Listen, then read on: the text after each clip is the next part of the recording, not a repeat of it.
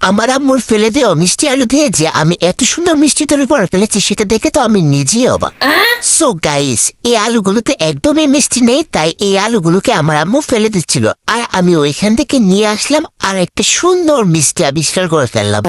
প্রথমে আলুগুলোকে ম্যাশ করে নিয়েছি। এখন এর সাথে অ্যাড করব 1 চামচ গুঁড়া দুধ, হাফ চামচ কর্নফ্লাওয়ার, 1 চামচ ময়দা, 1 টিস্পুন বেকিং পাউডার, 1 চামচ চিনি, অল্প একটু পিঙ্ক ফুড কালার দিয়ে এগুলোকে ভালো করে মিক্স করে নেব। নর্মালি মিষ্টি তৈরি করতে যা যা উপকরণের প্রয়োজন হয় আমি এখানে সবগুলো উপকরণ অ্যাড করে নিয়েছি। এখন আমি কালো জাম মিষ্টির শেপ দিয়ে নেব। মিষ্টিগুলো তৈরি করা ডান। এখন একদম হালকা গরম তেলের মধ্যে দিয়ে এগুলোকে ফ্রাই করে নিতে হবে। মিষ্টিগুলোকে আমি হাতে বেশ কিছুটা সময় নিয়ে গোল্ডেন ব্রাউন কালার করে বেজে নিব। এদিকে আমি হাফ কাপ চিনি আর হাফ কাপ পানি দিয়ে একটি শিরা তৈরি করে নিয়েছি। এই শিরার মধ্যে মিষ্টিগুলোকে দিয়ে আমি 2 ঘন্টার জন্য রেস্টে রাখবো। 2 ঘন্টা পর মিষ্টিগুলোকে আমি সার্ভ করে নিয়েছি আর আপনারা তো দেখতেই পারছেন যে কতটা পরিমাণ সুন্দর হয়েছে। সো আপনারা ট্রাই করবেন।